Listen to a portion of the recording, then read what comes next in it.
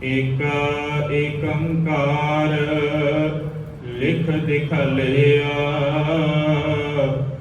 कूड़ा ओंकार पास बहलिया। सतनाम करतार निर्भव भालिया, निर्वैर हो जयकार आजून अकालिया।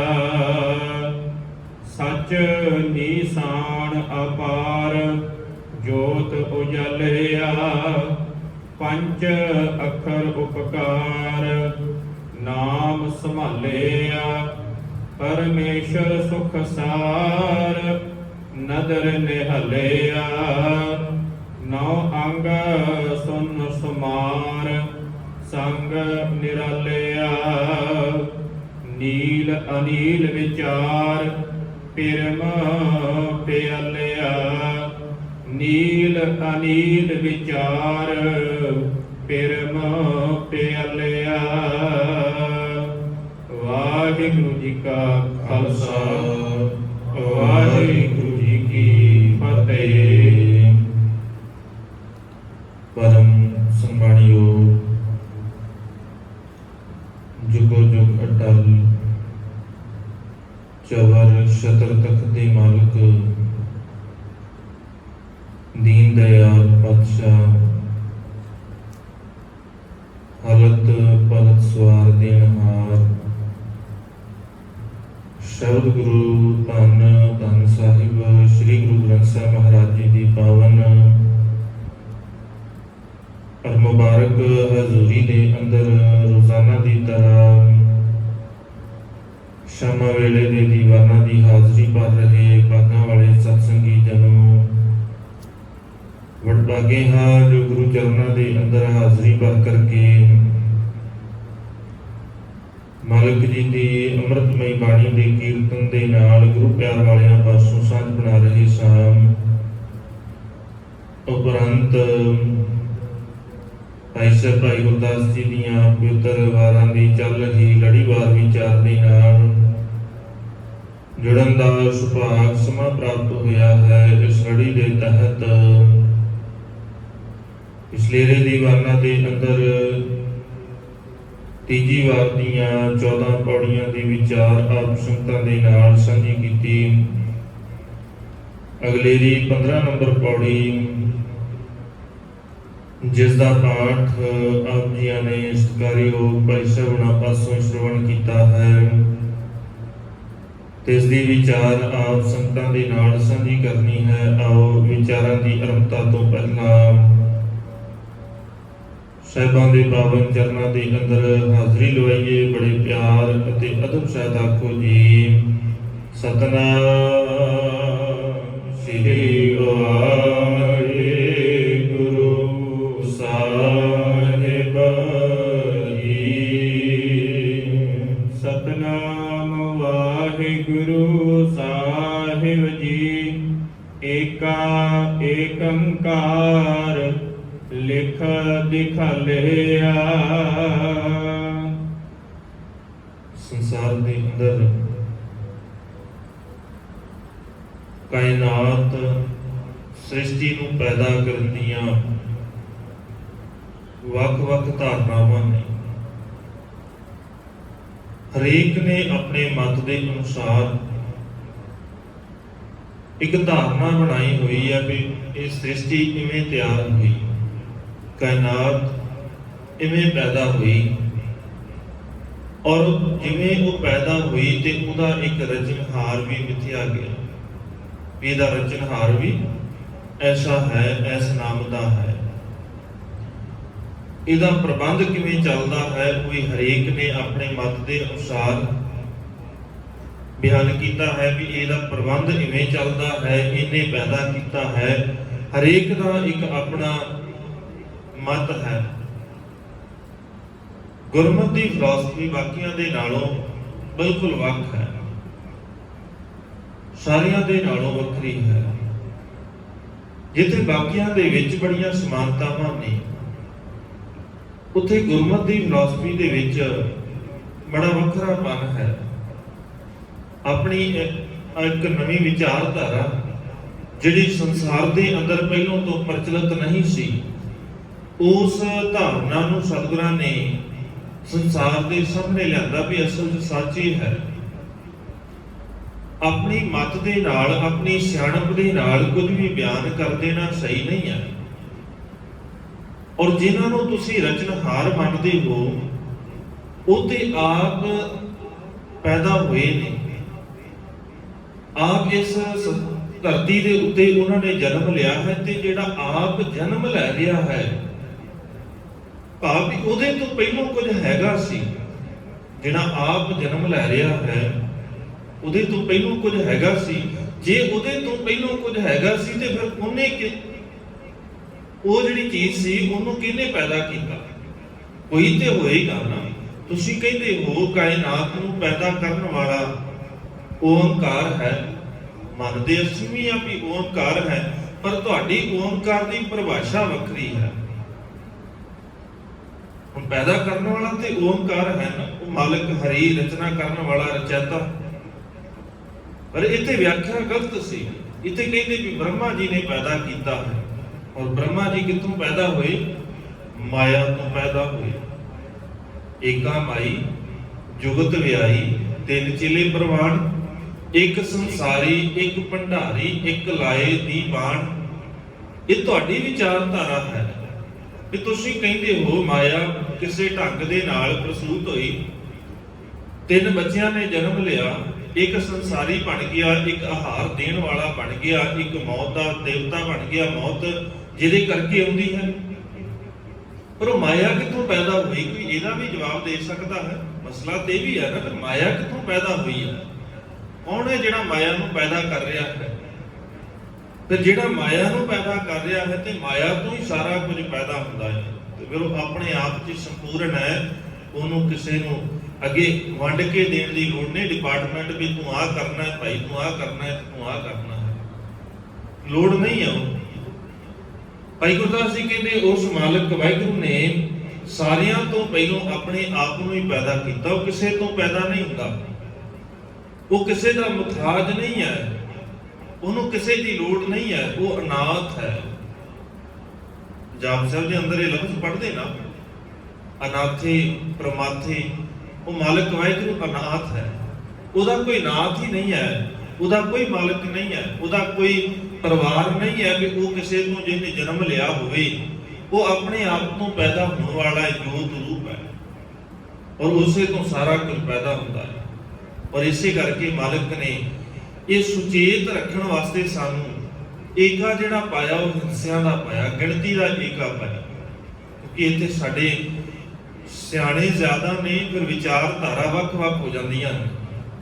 ਇੱਥੇ ਜੇ ਕਿਤੇ ਇੱਕ ਲਿਖਿਆ ਹੁੰਦਾ ਨੇ ਮਾਲਕ ਨੇ ਉਹਦਾ ਉਹਦੀ ਵੀ ਵਿਆਖਿਆ ਵੱਖਰੇ ਵੱਖਰੇ ਢੰਗ ਦੇ ਨਾਲ ਕਰ ਦੇਣੀ ਸੀ। ਇਸੇ ਕਰਕੇ ਏਕਾ ਪਾ ਦਿੱਤਾ ਵੀ ਇਹਨੂੰ ਤੋੜਿਆ ਨਾ ਜਾ ਸਕੇ। ਸਿੱਧਾ ਜਿਹਾ ਪਤਾ ਲੱਗਦਾ ਹੈ ਵੀ ਉਹ ਮਾਲਕ ਵਾਹਿਗੁਰੂ ਇੱਕ ਹੈ, ਔਰ ਉਸੇ ਤੋਂ ਸਾਰਾ ਕੁਝ ਪੈਦਾ ਹੁੰਦਾ ਹੈ, ਤੇ ਉਹਦੇ ਨਾਲ ਓੰਕਾਰ ਹੈ।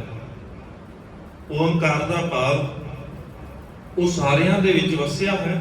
ਓੰਗ ਦਾ ਭਾਵ ਹੁੰਦਾ ਹੈ ਵਸਿਆ ਹੋਣਾ। ਉਹ ਮਾਲਕ ਵਾਹਿਗੁਰੂ ਸਾਰਿਆਂ 'ਚ ਵਸਿਆ ਹੋਇਆ ਹੈ। ਉੱਤੇ ਸੰਸਕ੍ਰਿਤ ਦੀ ਕਾਰ ਦੀ ਮਾਤਰਾ ਲੱਗਦੀ ਹੈ, ਜਿਹੜੀ ਆਪਾਂ ਮਾਤਰਾ ਦੇਖਦੇ ਉਚਾਰਨ ਕਰਦੇ ਓੰਕਾਰ, ਉਹ ਕਾਰ ਦੀ ਇੱਕ ਮਾਤਰਾ ਹੈ, ਸੰਸਕ੍ਰਿਤ ਦੀ ਮਾਤਰਾ ਹੈ, ਜਿਹਦਾ ਅਰਥ ਹੈ ਲਗਾਤਾਰ। ਜਿਹੜੀ ਨਾ ਖਤਮ ਹੋਣ ਵਾਲੀ ਵਸਤੂ ਹੈ ਉਹਦੇ ਵਾਸਤੇ ਇਹ ਕਾਰ ਵਰਤਿਆ ਜਾਂਦਾ ਹੈ। ਧੁਨਕਾਰ, ਜਿਹੜੀ ਧੁਨ ਲਗਾਤਾਰ ਚੱਲਦੀ ਹੈ ਉਹਦੇ ਵਾਸਤੇ ਕਿਹਾ ਜਾਂਦਾ ਹੈ ਧੁਨਕਾਰ। ਇਦਾਂ ਹੀ ਉਹ ਮਾਲਕ ਵਾਹਿਗੁਰੂ ਓੰਕਾਰ ਹੈ, ਉਹ ਸਰਵ ਵਿਆਪਕ ਹੈ। ਜਿੱਥੇ ਓੰਗ ਦੀ ਪਰਿਭਾਸ਼ਾ ਜਿਹਨੂੰ ਦਿੱਤੀ ਜਾਂਦੀ, ਤਿੰਨ ਹਿੱਸਿਆਂ 'ਚ ਵੰਡ ਕੇ ਦਿੱਤੀ ਜਾਂਦੀ। ਊੜੇ ਤੋਂ ਉਤਪਤੀ, ਐੜੇ ਤੋਂ ਆਹਾਰ, ਤੇ ਮੰਮੇ ਤੋਂ ਮੌਤ। ਇਹ ਤਿੰਨ ਵੱਖਰੇ ਵੱਖਰੇ ਨੇ ਜਿਹੜੇ ਕੁਝ ਕਰਦੇ ਨੇ। ਮਾਲਕ ਕਹਿੰਦੇ ਨਹੀਂ, ਤਿੰਨੇ ਨਹੀਂ, ਇਹ ਇਕੱਲਾ ਹੀ ਹੈ ਕਰਨ ਵਾਲਾ। ਉਹ ਇਕੱਲਾ ਉਹ ਮਾਲਕ ਵਾਹਿਗੁਰੂ ਜਿਹੜਾ ਸਾਰਿਆਂ ਤੋਂ ਸ੍ਰੇਸ਼ਟ ਹੈ, ਸਾਰਿਆਂ ਤੋਂ ਉੱਤਮ ਹੈ, ਸਾਰਿਆਂ ਨੂੰ ਪੈਦਾ ਕਰਨ ਵਾਲਾ ਹੈ। ਉਹਦੇ ਉੱਤੇ ਕੁਝ ਵੀ ਨਹੀਂ ਹੈ, ਕੋਈ ਇਦਾਂ ਦਾ ਨਹੀਂ ਜਿਹੜਾ ਉਹਨੂੰ ਪੈਦਾ ਕਰ ਸਕਦਾ ਹੋਵੇ। ਊੜਾ ਓੰਕਾਰ ਪਾਸ ਬਹਾਲਿਆ, ਉਹ ਏਕੇ ਦੇ ਨਾਲ ਸਤਿਗੁਰੂ ਨੇ ਓੰਕਾਰ ਨੂੰ ਬਿਠਾ ਦਿੱਤਾ ਕਿ ਸਾਰਾ ਕੁਝ ਕਰਨ ਵਾਲਾ ਹੈ। ਏਕਾ ਆਪਣੇ ਆਪ ਹੀ ਆ, ਕਿਸੇ ਹੋਰ ਦੀ ਮੁਤਾਜੀ ਨਹੀਂ ਹੈ, ਕਿਸੇ ਹੋਰ ਦੀ ਲੋੜ ਨਹੀਂ ਹੈ ਕਿ ਕੋਈ ਆ ਕੇ ਕੁਝ ਕਰੇਗਾ। ਪਾਵਨ ਬਾਣੀ ਆਪਾਂ ਪੜ੍ਹਦੇ ਹਾਂ ਰਾਮਕਲੀ ਰਾਗ ਦੇ ਅੰਦਰ। ਰਾਮਕਲੀ ਮਹੱਲਾ ਪਹਿਲਾ ਦੱਖਣੀ ਓੰਕਾਰ। ਬਾਣੀ ਦਾ ਨਾਮ ਓੰਕਾਰ ਹੈ। ਅਸੀਂ ਕਈ ਵਾਰ ਕਹਿੰਦੇ ਨੇ ਦੱਖਣੀ ਓੰਕਾਰ। ਦੱਖਣੀ ਓੰਕਾਰ ਬਾਣੀ ਦਾ ਨਾਮ ਨਹੀਂ ਹੈ। ਰਾਮਕਲੀ ਰਾਗ ਦਾ ਇੱਕ ਪ੍ਰਕਾਰ ਹੈ ਦੱਖਣੀ, ਔਰ ਓੰਕਾਰ ਬਾਣੀ ਦਾ ਨਾਮ ਹੈ। ਖਿਆਲ ਰੱਖਿਆ ਕਰੀਏ, ਬਾਣੀ ਦਾ ਨਾਮ ਓੰਕਾਰ ਹੈ, ਦੱਖਣੀ ਓੰਕਾਰ ਬਾਣੀ ਦਾ ਨਾਮ ਨਹੀਂ ਹੈ। ਸਾਡੇ ਖਿਆਲਾਂ 'ਚ ਬੜਾ ਕੁਝ ਅਸੀਂ ਕਹਿੰਦੇ ਆ ਕੀਰਤਨ ਸੋਹਿਲਾ। ਕੀਰਤਨ ਸੋਹਿਲਾ ਨਹੀਂ ਲਿਖਿਆ, ਬਾਣੀ ਦਾ ਸਿਰਲੇਖ ਹੈ ਸੋਹਿਲਾ। ਸਤਿਕਾਰ ਵਜੋਂ ਅਸੀਂ ਸਾਹਿਬ ਲਾ ਦਿੰਦੇ ਹਾਂ, ਸੋਹਿਲਾ ਸਾਹਿਬ। ਕੀਰਤਨ ਸੋਹਿਲਾ ਕਿਸੇ ਬਾਣੀ ਦਾ ਸਿਰਲੇਖ ਨਹੀਂ ਹੈਗਾ। ਖਿਆਲ ਰੱਖਿਆ ਕਰੀਏ, ਸੋਹਿਲਾ ਸਾਹਿਬ ਅਸੀਂ ਸਤਿਕਾਰ ਵਜੋਂ ਸਾਹਿਬ ਲਾਉਂਦੇ ਆ, ਬਾਣੀ ਦਾ ਸਿਰਲੇਖ ਹੈ ਸੋਹਿਲਾ। ਇਹਦਾ ਹੀ ਰਾਮਕਲੀ ਮਹੱਲਾ ਪਹਿਲਾ ਦੱਖਣੀ, ਫਿਰ ਓੰਕਾਰ ਬਾਣੀ ਦਾ ਨਾਮ ਹੈ। ਸਤਿਗੁਰੂ ਕਹਿੰਦੇ ਉਹ ਓੰਕਾਰ ਤੋਂ ਹੀ ਸਾਰਾ ਕੁਝ ਪੈਦਾ ਹੋਇਆ, ਸਾਰਾ ਕੁਝ ਉਸੇ ਤੋਂ ਪੈਦਾ ਹੋ ਰਿਹਾ ਹੈ। ਉਹਦੇ ਤੋਂ ਇਲਾਵਾ ਕੋਈ ਹੋਰ ਨਹੀਂ ਹੈ ਸੰਸਾਰ ਦੇ ਅੰਦਰ ਜਿਹੜਾ ਕੁਝ ਪੈਦਾ ਕਰ ਸਕਦਾ ਹੋਵੇ। ਓੰਕਾਰ ਬ੍ਰਹਮਾ ਉਤਪਤ। ਤੁਸੀਂ ਕਹਿੰਦੇ ਹੋ ਬ੍ਰਹਮਾ ਤੋਂ ਸਾਰੀ ਸ੍ਰਿਸ਼ਟੀ ਪੈਦਾ ਹੋਈ ਹੈ, ਮਾਲਕ ਕਹਿੰਦੇ ਹੋ ਬ੍ਰਹਮਾ ਵੀ ਉਸੇ ਤੋਂ ਹੀ ਪੈਦਾ ਹੋਇਆ, ਹੋਰ ਕਿਤੋਂ ਨਹੀਂ। ਉਹ ਇਹ ਨਹੀਂ ਕਿ ਉਹਦੇ 'ਚ ਆਪਣੀ ਕੋਈ ਸਮਰੱਥਾ ਸੀ ਵੀ ਆਪਣੀ ਤਾਕਤ ਦੇ ਨਾਲ ਪੈਦਾ ਹੋਇਆ। ਓੰਕਾਰ ਬ੍ਰਹਮਾ ਉਤਪਤ। ਓੰਕਾਰ ਕੀਆ ਜਿਨ ਚਿਤ। ਉਹ ਬ੍ਰਹਮਾ ਜੀ ਨੇ ਵੀ, ਉਹ ਮਾਲਕ ਵਾਹਿਗੁਰੂ ਅਕਾਲ ਪੁਰਖ ਨੂੰ ਆਪਣੇ ਹਿਰਦੇ 'ਚ ਵਸਾਇਆ ਸੀ। ਉਹ ਰੱਬ ਨਹੀਂ ਸੀ ਆਪ, ਰੱਬ ਉਹਦੇ ਹਿਰਦੇ 'ਚ, ਉਹਨੇ ਆਪਣੇ ਹਿਰਦੇ 'ਚ ਵਸਾਇਆ ਸੀ। ਯਤਨ ਕੀਤਾ, ਪਰ ਬਾਣੀ ਕਹਿੰਦੀ ਹੈ ਉਹ ਬ੍ਰਹਮਾ ਵੀ ਮਾਇਆ ਦੇ ਪ੍ਰਭਾਵ ਤੋਂ ਬਚ ਨਾ ਸਕਿਆ। ਭਾਵੇਂ ਕਿ ਧਰਮੀ ਅਖਵਾਉਂਦਾ ਸੀ, ਪਰ ਫਿਰ ਵੀ ਇਹ ਬਚ ਨਹੀਂ ਸਕੇ। ਇਹ ਆਪਣੇ ਆਪ ਨੂੰ ਉਹਦੇ ਮਾਇਆ ਦੇ ਪ੍ਰਭਾਵ ਤੋਂ ਬਚਾ ਨਹੀਂ ਸਕੇ। ਇਹਦੇ ਆਪ, ਇਹਦੇ ਪੁੱਤਰ ਮਾਲਕ ਦੀ ਪਾਵਨ ਬਾਣੀ ਦਾ ਵਚਨ ਪੜ੍ਹਦੇ ਆ। ਸਨਕ ਸਨੰਦ ਮਹੇਸ਼ ਸਮਾਨਾ, ਸੇਖ ਨਾਗ ਤੇਰੂ ਮਰਮ ਨਾ ਜਾਣਾ। ਇਹਨਾਂ ਨੇ ਵੀ ਤੇਰਾ ਹਿਸਾਬ ਨਹੀਂ ਲਾ ਸਕੇ, ਨਾ ਇਹ ਆਪ ਲਾ ਸਕਿਆ, ਨਾ ਇਹਦੇ ਪੁੱਤਰ ਲਾ ਸਕੇ, ਨਾ ਮਹੇਸ਼ ਸ਼ਿਵ ਜੀ ਅਖਵਾਉਣ ਵਾਲਾ ਉਸ ਮਾਲਕ ਵਾਹਿਗੁਰੂ ਦਾ ਭੇਦ ਪਾ ਸਕੇ। ਔਰ ਇੱਕ ਸਾਰਾ ਕੁਝ ਕਰਨ ਵਾਲਾ ਉਹ ਆਪ ਹੈ। ਤੇ ਜਿਹਨੇ ਓੰਕਾਰ, ਇੱਕ ਉਚਾਰਨ ਵੀ ਅਸੀਂ ਕਈ ਵਾਰ ਕਰਦੇ ਆ ਓੰਕਾਰ, ਜਾਂ ਹੋਰ ਵੀ ਕਈ ਤਰੀਕਿਆਂ ਦੇ ਨਾਲ ਉਚਾਰਨ ਕਰਨ ਲੱਗਿਆਂ ਵੀ ਖਿਆਲ ਰੱਖਿਆ ਕਰੀਏ। ਓੰਕਾਰ ਅੰਗ ਕਈ ਵਾਰ ਪੂਰਾ ਬੋਲ ਜਾਂਦੇ ਆ। ਓਮ ਜ਼ੁਬਾਨ ਜਿਹੜੀ ਹੈ ਉਹ ਉੱਤੇ ਹੀ ਰਵੇ, ਨੱਕ ਦੇ ਵਿੱਚੋਂ ਆਵਾਜ਼ ਜਦੋਂ ਆਏਗੀ ਫਿਰ ਉਚਾਰਨ ਠੀਕ ਹੋਏਗਾ। ਓੰਕਾਰ, ਓੰਕਾਰ ਉਹ ਆਪਣੇ ਆਪ 'ਚ ਸ੍ਰੇਸ਼ਟ ਪਰਮਾਤਮਾ ਜਿਹੜਾ ਹਰੇਕ ਜ਼ਰਰੇ ਦੇ ਅੰਦਰ ਵਸਿਆ ਹੋਇਆ ਹੈ, ਉਹ ਏਕੇ ਦੇ ਨਾਲ ਸਤਿਗੁਰੂ ਨੇ ਜੋੜ ਦਿੱਤਾ ਤਾਂ ਕਿ ਸਾਨੂੰ ਇਹ ਖਿਆਲ ਰਵੇ ਉਤਪਤੀ ਕਰਨ ਵਾਲਾ, ਆਹਾਰ ਦੇਣ ਵਾਲਾ, ਮੌਤ ਦੇਣ ਵਾਲਾ ਉਹ ਇਕੱਲਾ ਵਾਹਿਗੁਰੂ ਆਪ ਹੈ, ਕੋਈ ਹੋਰ ਨਹੀਂ ਹੈ ਜਿਹਦੇ ਤੋਂ ਉਹ ਸਲਾਹ ਲੈ ਕੇ, ਜਿਹਦੇ ਕੋਲੋਂ ਇਹ ਕੋਈ ਕੰਮ ਕਰਵਾਉਂਦਾ ਹੋਵੇ। ਸਾਰਾ ਕੁਝ ਉਹ ਆਪੇ ਹੀ ਕਰਨ ਵਾਲਾ ਹੈ। ਊੜਾ ਓੰਕਾਰ ਪਾਸ ਬਹਲਿਆ। ਏਕੰਕਾਰ ਦੇ ਨਾਲ ਸਾਰਿਆਂ ਤੋਂ ਪਹਿਲਾਂ ਏਕੰਕਾਰ ਲਿਖਿਆ, ਉਸ ਤੋਂ ਬਾਅਦ ਨਾਲ ਉਹਦੇ ਓੰਕਾਰ ਜੋੜਿਆ। ਸਤਿਗੁਰੂ ਕਹਿੰਦੇ ਮਾਲਕ ਪਾਵਨ ਬਾਣੀ ਦੇ ਅੰਦਰ, ਸੁਣ ਪਾਂਡੇ ਕਿਆ ਲਿਖੋ ਜੰਜਾਲਾ। ਕੀ ਲਿਖਦਾ ਰਹਿਣਾ ਹੈ ਵੀ ਰੱਬ ਇਦਾਂ ਦਾ ਹੈ, ਰੱਬ ਇਦਾਂ ਦਾ ਹੈ, ਆ ਰੱਬ ਹੈ, ਆ ਵੀ ਰੱਬ ਹੈ, ਇਹਨੂੰ ਵੀ ਤੂੰ ਰੱਬ ਕਹਿਣਾ ਹੈ। ਕਿੰਨਿਆਂ ਨੂੰ ਰੱਬ ਕਹੇਗਾ? ਇੱਥੇ ਰੱਬ ਨਹੀਂ ਹੈ। ਜਿਹਨੂੰ ਤੂੰ ਰੱਬ ਬਣਾ ਕੇ ਬੈਠਾ ਉਹ ਰੱਬ ਨਹੀਂ ਹੈ। ਕਿਸੇ ਮੂਰਤੀ ਨੂੰ ਰੱਬ ਨਹੀਂ ਕਹਿ ਸਕਦਾ। ਓੰਕਾਰ ਦੀ ਮੂਰਤੀ ਬਣਾਈ ਹੈ ਦੱਖਣ ਦੇ ਵਿੱਚ, ਜਿੱਥੇ ਸਤਿਗੁਰੂ ਨੇ ਜਾ ਕੇ ਇਸ ਬਾਣੀ ਦਾ ਉਚਾਰਨ ਕੀਤਾ। ਮਾਲਕ ਕਹਿੰਦੇ ਜਿਹਨੂੰ ਰੱਬ ਮੰਨ ਕੇ ਬੈਠਾ ਹੈ, ਅਸਲ 'ਚ ਰੱਬ ਨਹੀਂ ਹੈ। ਇਹ ਆਪ ਖਤਮ ਹੋਣ ਵਾਲੇ ਨੇ। ਸਰੀਰ ਕਰਕੇ ਰੱਬ ਕਦੇ ਪੈਦਾ ਨਹੀਂ ਹੁੰਦਾ। ਇਹ ਖਿਆਲ ਰੱਖੀਏ, ਸਰੀਰ ਕਰਕੇ ਕੋਈ ਰੱਬ ਨਹੀਂ ਪੈਦਾ ਹੁੰਦਾ। ਜਿਹੜਾ ਇਹ ਦਾਵਾ ਕਰ ਰਿਹਾ ਹੈ ਕਿ ਰੱਬ ਪੈਦਾ ਹੋਇਆ ਸਰੀਰ ਲੈ ਕੇ, ਉਹਦਾ ਦਾਵਾ ਨਿਰਮੂਲ ਹੈ। ਮਾਲਕ ਕਹਿੰਦੇ ਸੋ ਮੁਖ ਜਲਾ ਜਿਤ ਕਹੈ ਠਾਕੁਰ ਨੂੰ। ਜੇ ਕੋਈ ਕਹਿੰਦਾ ਹੈ ਨਾ ਕਿ ਰੱਬ ਜੂਨਾਂ ਦੇ ਵਿੱਚ ਆਉਂਦਾ ਹੈ, ਤੇ ਮਾਲਕ ਕਹਿੰਦੇ ਫਿਰ ਮੂੰਹ ਸੜ ਜਾ, ਉਹ ਬੋਲੇ ਹੀ ਨਾ ਇਹਦਾ ਦਾ ਕੁਝ, ਕਿਉਂਕਿ ਉਹਦਾ ਇਹ ਬੋਲਣਾ ਠੀਕ ਨਹੀਂ ਹੈ ਤੇ ਗਲਤ ਬੋਲਿਆ ਪ੍ਰਵਾਨ ਨਹੀਂ ਹੈ। ਸੱਚ ਬੋਲਿਆ ਪ੍ਰਵਾਨ ਹੈ ਤੇ ਸੱਚ ਇਹ ਹੈ ਕਿ ਰੱਬ ਕਦੇ ਸਰੀਰ ਨਹੀਂ ਧਾਰਦਾ, ਉਹ ਸਰੀਰ ਤੋਂ ਬਾਹਰ ਹੈ। ਸਰੀਰ ਉਹੀ ਧਾਰਦਾ ਹੈ ਜਿਹੜਾ ਮਾਇਆ ਦੇ ਪ੍ਰਭਾਵ ਦੇ ਵਿੱਚ ਹੈ।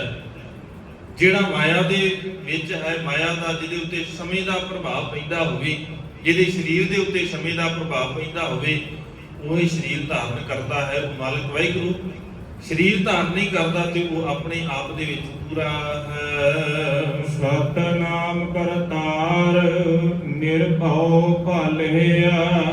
ਸਤਨਾਮ ਕਰਤਾਰ ਨਿਰਭਉ, ਉਹ ਮਾਲਕ ਵਾਹਿਗੁਰੂ ਸਤਨਾਮ ਹੈ, ਜਿਹਦਾ ਨਾਮ ਸਦੀਵੀ ਹੋਣ ਵਾਲਾ ਹੈ, ਕਦੇ ਖਤਮ ਹੋਣ ਵਾਲਾ ਨਹੀਂ ਹੈ। ਹਾਂ, ਸਮੇਂ ਦੇ ਨਾਲ ਉਹਦਾ ਨਾਮ ਬਦਲਿਆ ਜਾ ਸਕਦਾ ਹੈ, ਪਰ ਇਹ ਨਹੀਂ ਹੈ ਵੀ ਉਹਦਾ ਨਾਮ ਖਤਮ ਹੋ ਜਾਏਗਾ। ਕਿਰਤਮ ਨਾਮ ਕਥੇ ਤੇਰੇ ਜਿਹਬਾ, ਸਤਨਾਮ ਤੇਰਾ ਪਰਾ ਪੂਰਬਲਾ। ਬੜਿਆਂ ਨੇ ਯਤਨ ਕੀਤਾ ਆਪਣੇ ਆਪ ਨੂੰ ਰੱਬ ਪਾਉਣ ਵਾਸਤੇ ਵੀ ਅਸੀਂ ਰੱਬ ਹਾਂ, ਪਰ ਰੱਬ ਦਾ ਨਾਮ ਆਪਣੇ ਨਾਲ ਜੋੜ ਸਕਦੇ ਨੇ ਇੱਕ ਵਾਰ, ਪਰ ਰੱਬ ਨਹੀਂ ਬਣ ਸਕਦੇ। ਅਰਨਾਕਸ਼ ਵਰਗੇ ਆਪਣੇ ਆਪ ਨੂੰ ਰੱਬ ਕਹਿੰਦੇ ਰਹੇ ਕਿ ਅਸੀਂ ਰੱਬ ਹਾਂ, ਸਾਰਾ ਕੁਝ ਕਰਨ ਵਾਲੇ ਅਸੀਂ ਆਪ ਹਾਂ। ਗੀਤਾ ਨੂੰ ਪੜ੍ਹੋਗੇ, ਕ੍ਰਿਸ਼ਨ ਕਹਿੰਦਾ ਹੈ ਵੀ ਮੈਂ ਹੀ ਹਾਂ ਸਾਰਾ ਕੁਝ, ਮੇਰੇ ਤੋਂ ਸ੍ਰਿਸ਼ਟੀ ਪੈਦਾ ਹੁੰਦੀ ਹੈ, ਮੇਰੇ ਤੋਂ ਜੀਵ ਪੈਦਾ ਹੁੰਦੇ ਨੇ, ਮੇਰੇ ਤੋਂ ਸਾਰਾ ਕੁਝ ਹੀ ਪੈਦਾ ਹੁੰਦਾ ਹੈ। ਤੇ ਜਿਸ ਦਿਨ ਮੇਰਾ ਮਨ ਕਰਦਾ ਹੈ ਉਸੇ ਦਿਨ ਮੇਰੇ 'ਚ ਹੀ ਸਮਾ ਜਾਂਦਾ ਹੈ। ਮੇਰੇ ਤੋਂ ਪੈਦਾ ਹੋ ਕੇ ਮੇਰੇ ਤੇ ਹੀ ਖਤਮ ਹੁੰਦਾ ਹੈ, ਹੋਰ ਕੁਝ ਵੀ ਨਹੀਂ ਹੈ। ਸਤਿਗੁਰੂ ਕਹਿੰਦੇ ਨਹੀਂ, ਇੱਥੇ ਇਹ ਸਾਰੇ ਆਪਣੇ ਆਪ 'ਚ ਖਤਮ ਹੋਣ ਵਾਲੇ ਨੇ। ਉਸ ਮਾਲਕ ਵਾਹਿਗੁਰੂ ਦੇ ਅੰਦਰ ਇਹ ਤਾਕਤ ਹੈ ਵੀ ਉਹਦਾ ਜਦੋਂ ਮਨ ਕਰਦਾ ਹੈ ਉਹ ਪੈਦਾ ਕਰਦਾ ਹੈ, ਜਦੋਂ ਉਹਦਾ ਮਨ ਕਰਦਾ ਹੈ ਖਤਮ ਕਰ ਸਕਦਾ ਹੈ। ਕਿਸੇ ਸਰੀਰਧਾਰੀ ਦੇ ਵੱਸ ਦੀ ਨਹੀਂ ਹੈ ਵੀ ਉਹ ਇਦਾਂ ਦਾ ਕੁਝ ਕਰ ਸਕਦਾ ਹੋਵੇ। ਨਿਰਵੈਰ ਹੋ ਜੈਕਾਰ ਅਯੂਨ ਅਕਾਲਿਆ। ਉਹ ਮਾਲਕ ਵਾਹਿਗੁਰੂ ਜਿੱਥੇ ਉਹ ਸਾਰਾ ਕੁਝ ਪੈਦਾ ਕਰਨ ਵਾਲਾ ਹੈ, ਉਹਦਾ ਨਾਮ ਸਦੀਵੀ ਹੈ, ਉਹ ਡਰ ਤੋਂ ਹੀ ਰਹਿਤ ਹੈ। ਇੱਕ ਹੈ ਕੋਈ ਡਰ ਤੋਂ ਰਹਿਤ ਹੋ ਜਾਣਾ। ਡਰ ਤੋਂ ਰਹਿਤ ਹੋਣ ਵਾਲੇ ਬੜੇ ਨੇ ਜਿਨ੍ਹਾਂ ਨੇ ਦਾਅਵੇ ਕੀਤੇ ਵੀ ਸਾਨੂੰ ਜੀ ਕਿਸੇ ਚੀਜ਼ ਦਾ ਡਰ ਨਹੀਂ ਲੱਗਦਾ, ਔਰ ਸੱਚਮੁੱਚ ਲੱਗਦਾ ਵੀ ਨਹੀਂ ਹੈ। ਪਰ ਇੱਕ ਖਾਸੀਅਤ ਹੈ ਮਾਲਕ ਦੇ ਵਿੱਚ, ਰੱਬ ਦੇ ਵਿੱਚ ਤੇ ਬੰਦੇ 'ਚ ਇਹ ਵੱਖਰਾਪਨ ਹੈ ਕਿ ਬੰਦੇ ਦੇ ਅੰਦਰ ਡਰ ਦੀ ਭਾਵਨਾ ਹੈਗੀ ਹੈ, ਰੱਬ ਦੇ ਅੰਦਰ ਡਰ ਦੀ ਭਾਵਨਾ ਹੀ ਨਹੀਂ ਹੈਗੀ, ਕਿਉਂਕਿ ਪੈਦਾ ਡਰ ਦੀ ਭਾਵਨਾ ਉਸੇ ਤੋਂ ਹੁੰਦੀ ਹੈ। ਉਹਦੇ ਅੰਦਰ ਭਾਵਨਾ ਹੀ ਨਹੀਂ ਹੈਗੀ। ਸਾਡੇ ਅੰਦਰ ਡਰ ਦੀ ਭਾਵਨਾ ਹੈ, ਕਿਤੇ ਨਾ ਕਿਤੇ ਕਿਸੇ ਨਾ ਕਿਸੇ ਚੀਜ਼ ਤੋਂ ਸਾਨੂੰ ਡਰ ਲੱਗਦਾ ਹੈ। ਸਿਕੰਦਰ ਵਰਗਾ ਜਿਹੜਾ ਕਹਿੰਦਾ ਸੀ ਵੀ ਮੈਨੂੰ ਕਿਸੇ ਤੋਂ ਡਰ ਨਹੀਂ ਲੱਗਦਾ, ਉਹ ਵੀ ਕਿਸੇ ਨਾ ਕਿਸੇ ਚੀਜ਼ ਤੋਂ ਡਰਦਾ ਸੀ। ਉਹਨੂੰ ਬਿੱਲੀ ਤੋਂ ਹੀ ਡਰ ਲੱਗਦਾ ਸੀ, ਸ਼ੇਰ ਦਾ ਸ਼ਿਕਾਰ ਹੱਥ ਨਾ ਕਰਦਾ ਸੀ, ਡਰ ਨਹੀਂ ਲੱਗਦਾ ਉਹਨੂੰ। ਸੰਸਾਰ ਦਾ ਜੇਤੂ ਸੀ, ਪਰ ਕਹਿੰਦੇ ਬਿੱਲੀ ਤੋਂ ਡਰਦਾ ਸੀ। ਭਾਵ ਵੀ ਡਰ ਦੀ ਭਾਵਨਾ ਹੈ। ਕਿੰਨਾ ਵੱਡਾ ਜਰਨੈਲ ਹੈ, ਯੋਧਾ ਹੈ, ਕਿੰਨੀ ਵੱਡੀ ਫੌਜ ਸਾਹਮਣੇ ਉਹ ਕਦੇ ਡਰਿਆ ਨਹੀਂ, ਪਰ ਉਹ ਇਸੇ ਚੀਜ਼ ਤੋਂ ਡਰਦਾ ਸੀ, ਬਿੱਲੀ ਆ ਜਾਏ ਉਹਦੇ ਤੋਂ ਡਰਦਾ ਸੀ। ਡਰ ਦੀ ਭਾਵਨਾ ਹੈ। ਮਨੁੱਖ ਡਰ ਤੋਂ ਰਹਿਤ ਹੋ ਸਕਦਾ ਹੈ, ਪਰ ਡਰ ਦੀ ਭਾਵਨਾ ਤੋਂ ਰਹਿਤ ਨਹੀਂ ਹੋ ਸਕਦਾ। ਉਹ ਮਾਲਕ ਵਾਹਿਗੁਰੂ ਡਰ ਦੀ ਭਾਵਨਾ ਤੋਂ ਹੀ ਰਹਿਤ ਹੈ, ਉਹਦੇ ਅੰਦਰ ਇਦਾਂ ਦਾ ਕੋਈ ਡਰ ਨਹੀਂ ਹੈ। ਇੱਥੇ ਉਹਨਾਂ ਨੂੰ ਵੀ ਰੱਬ ਬਣਾ ਦਿੱਤਾ ਗਿਆ ਜਿਹੜੇ ਮੈਦਾਨ ਛੱਡ ਕੇ ਭੱਜਦੇ ਰਹੇ। ਉਹਨਾਂ ਦੀ ਪੂਜਾ ਕੀਤੀ ਜਾਂਦੀ, ਉਹਨਾਂ ਨੂੰ ਯਾਦ ਕੀਤਾ, ਉਹਨਾਂ ਨੂੰ ਰੱਬ ਮੰਨ ਕੇ ਪੂਜਿਆ ਜਾਂਦਾ ਹੈ। ਜਿਹੜੇ ਮੈਦਾਨ ਛੱਡ ਕੇ ਭੱਜਦੇ ਨੇ, ਇਹ ਰੱਬ ਸੀ। ਸਤਿਗੁਰੂ ਕਹਿੰਦੇ ਰੱਬ ਦੇ ਅੰਦਰ ਤੇ ਡਰ ਦੀ ਭਾਵਨਾ ਹੀ ਕੋਈ ਨਹੀਂ ਹੈ, ਵੀ ਉਹਦੇ ਅੰਦਰ ਤੇ ਇਦਾਂ ਦਾ ਕੁਝ ਹੈ ਹੀ ਨਹੀਂ ਵੀ ਡਰ ਹੋਵੇ, ਕਿਉਂਕਿ ਡਰ ਉਹਦੇ ਤੋਂ ਪੈਦਾ ਹੁੰਦਾ ਹੈ। ਉਹ ਕਰਤਾਰ ਹੈ, ਸਾਰਾ ਕੁਝ ਪੈਦਾ ਕਰਨ ਵਾਲਾ ਹੈ, ਨਿਰਭਉ ਹੈ, ਨਿਰਵੈਰ ਵੀ ਹੈ। ਉਹਦੇ ਅੰਦਰ ਵੈਰ ਦੀ ਭਾਵਨਾ ਨਹੀਂ ਹੈ। ਸੰਸਾਰ ਦੇ ਅੰਦਰ ਬੜੇ ਨੇ ਇਦਾਂ ਦੇ ਜਿਹੜੇ ਦਾਅਵਾ ਕਰਦੇ ਨੇ ਵੀ ਸਾਡੇ ਅੰਦਰ ਵੈਰ ਨਹੀਂ ਹੈ, ਪਰ ਕਿਤੇ ਨਾ ਕਿਤੇ ਭਾਵਨਾ ਜ਼ਰੂਰ ਹੈ। ਜਦੋਂ ਆਪਣੇ ਤੇ ਬਣੇ ਫਿਰ ਵੈਰ ਸਾਹਮਣੇ ਵਾਲੇ ਦਾ ਪੈਦਾ ਹੋ ਜਾਂਦਾ ਹੈ। ਵੈਰ ਦੀ ਭਾਵਨਾ ਨਿਰੰਕਾਰ ਦੇ ਅੰਦਰ ਨਹੀਂ ਹੈ, ਜਾਂ ਫਿਰ ਉਹਨਾਂ ਦੇ ਅੰਦਰ ਨਹੀਂ ਹੈ ਜਿਹੜੇ ਨਿਰੰਕਾਰ ਦੇ ਨਾਲ ਇੱਕਮਿਕ ਹੋ ਗਏ। ਫਿਰ ਉਹ ਨਹੀਂ ਪਰਵਾਹ ਕਰਦੇ, ਉਹ ਛੱਡਦੇ ਨਹੀਂ ਆਪਣਾ ਸੁਭਾਅ। ਉਹਨਾਂ ਨੂੰ ਫਰਕ ਨਹੀਂ ਪੈਂਦਾ ਵੀ ਲੋਕ ਕੀ ਕਹਿੰਦੇ, ਉਹਨਾਂ ਨੂੰ ਫਰਕ ਨਹੀਂ ਪੈਂਦਾ ਵੀ ਕਿਸੇ ਨੇ ਕੀ ਕੀਤਾ ਹੈ। ਉਹਨਾਂ ਦੇ ਅੰਦਰ ਵੈਰ ਦੀ ਭਾਵਨਾ ਨਹੀਂ ਹੈ, ਕਿਸੇ ਵੀ ਪ੍ਰਕਾਰ ਦਾ ਵੈਰ ਉਹਨਾਂ ਦੇ ਹਿਰਦੇ ਦੇ ਅੰਦਰ ਨਹੀਂ ਹੈ। ਸੱਚ ਨਿਸ਼ਾਨ ਅਪਾਰ ਜੋਤ ਉਜਲਿਆ। ਉਹਨਾਂ ਦੇ ਅੰਦਰ ਸੱਚ ਦਾ ਨਿਸ਼ਾਨ ਹੈ, ਔਰ ਸੱਚ ਦਾ ਨਿਸ਼ਾਨ ਇਹੋ ਜਿਹਾ ਹੈ ਕਿਉਂਕਿ ਜਿਹਦੇ ਅੰਦਰ ਸੱਚ ਹੈ। ਸਤਿਗੁਰੂ ਕਹਿੰਦੇ ਸੱਚਾ ਮਾਰਗ ਚੱਲਦੇ ਆ ਉਸਤਤ ਕਰੈ ਜਹਾਨ। ਉਹ ਮਾਲਕ ਵਾਹਿਗੁਰੂ ਆਪ ਸੱਚਾ ਹੈ, ਉਹਦੇ ਮਾਰਗ ਦੇ ਉੱਤੇ ਤੁਰਨ ਵਾਲਿਆਂ ਦੀ ਉਦਾਂ ਹੀ ਜੈਕਾਰ ਹੁੰਦੀ ਹੈ ਜਿਵੇਂ ਉਸ ਮਾਲਕ ਵਾਹਿਗੁਰੂ ਦੀ ਹੁੰਦੀ ਹੈ। ਜਿੱਦਾਂ ਉਹ ਸਮੇਂ ਦੇ ਪ੍ਰਭਾਵ ਤੋਂ ਬਾਹਰ ਹੈ, ਗੁਰਮੁਖ ਪਿਆਰੇ ਵੀ ਇਦਾਂ ਸਮੇਂ ਦੇ ਪ੍ਰਭਾਵ ਤੋਂ ਬਾਹਰ ਹੋ ਜਾਂਦੇ ਨੇ। ਸਰੀਰ ਜ਼ਰੂਰ ਸਮੇਂ ਦੇ ਪ੍ਰਭਾਵ ਦੇ ਵਿੱਚ ਹੈ, ਉਹਨਾਂ ਦਾ ਮਨ ਨਹੀਂ ਹੁੰਦਾ। ਸਰੀਰ ਸਮੇਂ ਦੇ ਪ੍ਰਭਾਵ 'ਚ ਰਹੇਗਾ, ਪੰਜਾਂ ਤੱਤਾਂ ਤੋਂ ਬਣਿਆ ਹੈ ਔਰ ਇਹ ਸਮੇਂ ਦੇ ਨਾਲ ਇਹਨੇ ਖਤਮ ਹੋਣਾ ਹੈ। ਪਰ ਮਨ ਸਮੇਂ ਦੇ ਪ੍ਰਭਾਵ ਤੋਂ ਬਾਹਰ ਹੈ। ਮਨ ਦੇ ਉੱਤੇ ਕੋਈ ਸਮੇਂ ਦਾ ਪ੍ਰਭਾਵ ਨਹੀਂ, ਕਿਸੇ ਵੀ ਪ੍ਰਕਾਰ ਦਾ, ਕਿਸੇ ਭਾਵਨਾ ਦਾ ਕੋਈ ਫਰਕ ਨਹੀਂ ਪੈਂਦਾ। ਉਹਨਾਂ ਦੇ ਅੰਦਰ ਜਿਹੜੇ ਸੱਚਮੁੱਚ ਜੁੜੇ ਹੋਏ ਨੇ ਉਹ ਇਹਨਾਂ ਚੀਜ਼ਾਂ ਤੋਂ ਬਾਹਰ ਨੇ। ਅਜੂਨੀ ਹੈ, ਉਹ ਜੂਨਾ ਤੋਂ ਬਾਹਰ ਹੈ, ਜੰਮਦਾ ਮਰਦਾ ਨਹੀਂ। ਇਹ ਨਹੀਂ ਵੀ ਕਿਸੇ ਦੇ ਘਰੇ ਉਹਨੇ ਜਨਮ ਲੈ ਲਿਆ। ਸਤਿਗੁਰੂ ਕਹਿੰਦੇ ਨਹੀਂ, ਉਹ ਅਜੂਨੀ ਹੈ ਔਰ ਸਾਰਿਆਂ ਤੋਂ ਵੱਡੀ ਗੱਲ ਉਹ ਸਹਿਬੰਦ ਹੈ। ਉਹ ਆਪਣੇ ਆਪ ਤੋਂ ਪੈਦਾ ਹੋਣ ਵਾਲਾ ਹੈ, ਸਵੈੰਭੂ। ਆਪਣੇ ਆਪ ਤੋਂ ਜਿਹੜਾ ਪੈਦਾ ਹੋਵੇ ਉਹ ਹੈ ਮਾਲਕ, ਉਹ ਆਪ ਸੱਚ ਨਿਸ਼ਾਨ, ਉਹ ਸੱਚ ਦਾ ਨਿਸ਼ਾਨ ਹੈ। ਸੱਚ ਉਸੇ ਤੋਂ ਪੈਦਾ ਹੁੰਦਾ ਹੈ ਤੇ ਜਿਹੜੇ ਉਹਦੇ ਨਾਲ ਜੁੜਦੇ ਨੇ ਉਹਨਾਂ ਨੂੰ ਇਹ ਸਮਝ ਆ ਜਾਂਦੀ ਹੈ ਕਿ ਉਹ ਮਾਲਕ ਵਾਹਿਗੁਰੂ ਅਪਾਰ ਜੋਤ ਉਜਾਲਿਆ। ਉਹ ਅਪਾਰ ਹੈ, ਬੇਅੰਤ ਹੈ, ਉਹਦਾ ਪਾਰ ਨਹੀਂ ਪਾਇਆ ਜਾ ਸਕਦਾ। ਕੋਈ ਯਤਨ ਕਰੇ ਕਿ ਉਸ ਮਾਲਕ ਵਾਹਿਗੁਰੂ ਦਾ ਅੰਤ ਲੱਭਣਾ ਹੈ ਤੇ ਸਤਿਗੁਰੂ ਕਹਿੰਦੇ ਫਿਰ ਓੜਕ ਭਾਲ ਥਕੇ ਵੇਦ ਕਹਿਨ ਇੱਕ ਬਾਤ ਸਹਸ 18 ਕਹਿਨ ਕਤੇਬਾਂ ਅਸੁਲੂ ਇੱਕ ਧਾਤ ਲੇਖਾ ਹੋਏ ਤਾਂ ਲਿਖੀਆ। ਲੇਖਾ ਹੋਵੇ ਵਿਨਾਸ਼, ਲੇਖਾ ਕੋਈ ਹੋਵੇ, ਕਿਸੇ ਨੂੰ ਕੁਝ ਪਤਾ ਹੋਵੇ ਤੇ ਫੇਰ ਹੀ ਤੇ ਆ ਨਾ। ਵੇਦ ਕਹਿੰਦੇ ਨੇ ਕਿ ਦੁਨੀਆ ਦੇ ਲੋਕ ਲੱਭਦਿਆਂ ਉਹਦੇ ਅੰਤ ਨੂੰ ਲੱਭ ਨਹੀਂ ਸਕੇ, ਸੰਸਾਰ ਤੋਂ ਚਲੇ ਗਏ। ਕਤੇਬਾਂ ਕਹਿੰਦੀਆਂ ਨੇ 18,000 ਆਲਮ ਨੇ। ਇਸਲਾਮੀ ਧਰਮ ਦੇ ਗ੍ਰੰਥ, ਈਸਾਈ ਧਰਮ ਦੇ ਗ੍ਰੰਥ, ਯਹੂਦੀ ਧਰਮ ਦੇ ਗ੍ਰੰਥ, ਪਾਰਸੀ ਧਰਮ ਦੇ ਗ੍ਰੰਥ, ਇਹਨਾਂ ਨੂੰ ਕਤੇਬੀ ਧਰਮ ਕਿਹਾ ਜਾਂਦਾ ਹੈ। ਇਹ ਕਤੇਬਾਂ ਕਹਿੰਦੀਆਂ ਨੇ ਕਿ 18,000 ਆਲਮ ਨੇ। ਸਤਿਗੁਰੂ ਕਹਿੰਦੇ ਵੀ ਕਿਹਦੇ ਕੋਲ ਲੇਖਾ ਹੋਵੇ? ਕਿਸੇ ਕੋਲ ਲੇਖਾ ਨਹੀਂ ਹੈ। ਲੇਖਾ ਹੋਵੇ ਤਾਂ ਲਿਖੀ ਹੈ, ਲੇਖਾ ਹੋਏ ਵਿਨਾਸ਼। ਕਿੰਨਾ ਕੁ ਵੱਡਾ ਹੈ ਉਹ ਰੱਬ, ਉਹ ਆਪ ਹੀ ਜਾਣਦਾ। ਸੰਸਾਰ ਦੇ ਅੰਦਰ ਕੋਈ ਨਹੀਂ ਦਾਵਾ ਕਰ ਸਕਦਾ ਕਿ ਰੱਬ ਦੀ ਹਸਤੀ ਇੰਨੀ ਕੁ ਵੱਡੀ ਹੈ, ਕਿਉਂਕਿ ਬਿਆਨ ਤੇ ਉਹਨਾਂ ਕੁ ਕੀਤਾ ਜਾ ਸਕਦਾ ਹੈ ਨਾ ਜਿੰਨਾ ਸਮਝ ਆਉਂਦਾ ਹੈ। ਹੁਣ ਜਿੰਨਾ ਕੁ ਸਾਨੂੰ ਦਿਖਦਾ ਹੈ, ਹੁਣ ਇਹ ਛੱਤ ਸਾਨੂੰ ਦਿਖ ਰਹੀ ਹੈ, ਸਾਨੂੰ ਇਹਦਾ ਸਿਰਾ ਤੇ ਅਖੀਰਲਾ ਹਿੱਸਾ ਦਿਖਦਾ, ਅਸੀਂ ਬਿਆਨ ਕਰ ਸਕਦੇ ਹਾਂ ਕਿ ਇਹਦੀ ਲੰਬਾਈ ਇੰਨੀ ਹੈ, ਇਹਦੀ ਚੌੜਾਈ ਇੰਨੀ ਹੈ। ਪਰ ਜਿਹੜੀ ਚੀਜ਼ ਦਾ ਸਾਨੂੰ ਅੰਦਾਜ਼ਾ ਹੀ ਨਹੀਂ ਹੈ, ਜਿਹੜੀ ਅਸੀਂ ਦੇਖੀ ਨਹੀਂ, ਆਸਮਾਨ ਦਾ ਕੋਈ ਅੰਦਾਜ਼ਾ ਨਹੀਂ ਲਾ ਸਕਿਆ ਕਿ ਇਹ ਕਿੰਨਾ ਹੈ। ਇਸੇ ਕਰਕੇ ਆਸਮਾਨ ਕਿਹਾ ਜਾਂਦਾ ਹੈ ਕਿ ਜਿਹੜਾ ਕਿਸੇ ਵੀ ਚੀਜ਼ ਦੇ ਸਮਾਨ ਨਹੀਂ, ਜਿਹੜਾ ਕਿਸੇ ਵੀ ਚੀਜ਼ ਦੇ ਬਰਾਬਰ ਨਹੀਂ, ਜਿਹੜਾ ਸੋਚ ਤੋਂ ਕਲਪਨਾ ਤੋਂ ਪਰੇ ਹੈ, ਉਹ ਆਸਮਾਨ ਹੈ। ਤੇ ਜਿਹਨੇ ਉਹਨੂੰ ਪੈਦਾ ਕੀਤਾ ਹੈ ਉਹ ਆਪ ਕਿੰਨਾ ਕੁ ਕਲਪਨਾ ਤੋਂ ਪਰੇ ਹੋਵੇਗਾ, ਆਪ ਕਿੰਨਾ ਕੁ ਬੇਅੰਤ ਹੋਵੇਗਾ। ਮਤਲਬ ਕਹਿੰਦੇ ਬਸ ਇੰਨੀ ਕੁ ਗੱਲ ਹੈ, ਜਿਹੜਾ ਉਹਦੇ ਨਾਲ ਜੁੜ ਗਿਆ ਉਹਦੇ ਹਿਰਦੇ ਦੇ ਅੰਦਰ ਵੀ ਜੋਤ ਪੈਦਾ ਹੋ ਜਾਂਦੀ, ਉਜਾਲਾ ਪੈਦਾ ਹੋ ਜਾਂਦਾ ਹੈ। ਕਿਉਂਕਿ ਸਾਰਾ ਉਜਾਲਾ, ਸਾਰਾ ਚਾਨਣ ਉਹ ਆਪਣੇ ਆਪ ਤੋਂ ਹੀ ਪੈਦਾ ਕਰਦਾ ਹੈ। ਪੰਜ ਅੱਖਰ ਉਪਕਾਰ ਨਾਮ ਸੰਭਾਲਿਆ। ਪੰਜ ਅੱਖਰ ਉਹ ਸੱਚ ਦਾ ਸ੍ਰੇਸ਼ਟ ਜਿਹੜੇ ਅੱਖਰ ਨੇ ਰੱਬ ਜੀ ਦੇ ਨਾਮ ਦੇ, ਉਹ ਆਪਣੇ ਆਪ ਤੋਂ ਪੈਦਾ ਕਰਦਾ ਹੈ। ਤੇ ਜਿਨ੍ਹਾਂ ਨੇ ਇਸ ਨਾਮ ਨੂੰ ਸੰਭਾਲਿਆ, ਜਿਹੜੇ ਗੁਰਮੁਖ ਨੇ, ਉਹ ਇਸ ਨਾਮ ਨੂੰ ਆਪਣੇ ਹਿਰਦੇ ਦੇ ਅੰਦਰ ਸੰਭਾਲਦੇ ਹਨ। ਪਰਮੇਸ਼ਰ ਸੁਖ ਸਾਰ ਨਦਰ ਨਿਹਾਲਿਆ। ਪਰਮੇਸ਼ਰ ਸੁਖ ਸਾਰ, ਉਹ ਮਾਲਕ ਸੁਖ ਦੇਣ ਵਾਲਾ ਹੈ ਤੇ ਜਿਹਦੇ ਉੱਤੇ ਉਹ ਬਖਸ਼ਿਸ਼ ਕਰ ਦੇਵੇ ਉਹ ਸੁਖ ਮੰਨਦਾ ਹੈ। ਉਹਦੇ ਹਿਰਦੇ ਦੇ ਅੰਦਰ ਸੁਖ ਪੈਦਾ ਹੋ ਜਾਂਦਾ ਹੈ। ਹੁਣੇ ਕੀਰਤਨ ਦੇ ਅੰਦਰ ਸ਼ਬਦ ਪੜ੍ਹ ਰਹੇ ਸੀ, ਆਪਾਂ ਸੁਣ ਰਹੇ ਸੀ ਵੀ ਇਹ ਸੰਸਾਰ ਸਾਰਾ ਹੀ ਰੋਗੀ ਹੈ। ਸੰਸਾਰ ਰੋਗੀ ਨਾਮ ਦਾਰੂ, ਮੈਲ ਲਾਗੇ ਸੱਚ ਬਿਨਾ। ਸੱਚ ਤੋਂ ਬਿਨਾ ਸਾਡੇ ਹਿਰਦੇ ਦੇ ਅੰਦਰ ਮੈਲ ਪੈਦਾ ਹੁੰਦੀ ਹੈ। ਜਿਸ ਦਿਨ ਉਹ ਮੈਲ ਪੈਦਾ ਹੋ ਜਾਂਦੀ ਹੈ ਫਿਰ ਸਾਨੂੰ ਸੱਚ ਦਾ ਪਤਾ ਨਹੀਂ ਲੱਗਦਾ। ਉਹ ਮਾਲਕ ਵਾਹਿਗੁਰੂ ਦੇ ਗਿਆਨ ਦੀ ਸਾਨੂੰ ਸਮਝ ਨਹੀਂ ਆਉਂਦੀ। ਤੇ ਜਿਸ ਦਿਨ ਉਹ ਪਰਮੇਸ਼ਰ ਦੇ ਨਾਲ ਜੁੜਦੇ ਆ ਫਿਰ ਉਹ ਸੁੱਖ ਦਿੰਦਾ ਹੈ। ਉਹਦੇ ਦਰ ਦੇ ਉੱਤੇ ਸਿਰਫ ਸੁੱਖ ਹੈ। ਜਿਹੜਾ ਉਹਦੇ ਨਾਲ ਜੁੜ ਗਿਆ ਉਹਦੇ ਹਿਰਦੇ ਦੇ ਅੰਦਰ ਸਦੀਵੀ ਸੁੱਖ ਪੈਦਾ ਹੋ ਜਾਂਦਾ ਹੈ। ਪਰਮੇਸ਼ਰ ਸੁੱਖ ਸਾਰ। ਔਰ ਕਿਦਨ ਉਹ ਸੁੱਖ ਮਿਲਦਾ ਹੈ? ਜਿਸ ਦਿਨ ਉਹ ਮਾਲਕ ਵਾਹਿਗੁਰੂ ਨਦਰ ਕਰ ਦੇਵੇ, ਬਖਸ਼ਿਸ਼ ਕਰ ਦੇਵੇ, ਉਸੇ ਦਿਨ ਸੁੱਖ ਮਿਲ ਜਾਂਦਾ ਹੈ। ਨੌ ਅੰਗ ਸੁਨ ਸ਼ਮਾਰ ਸੰਗ ਨਿਰਾਲਿਆ।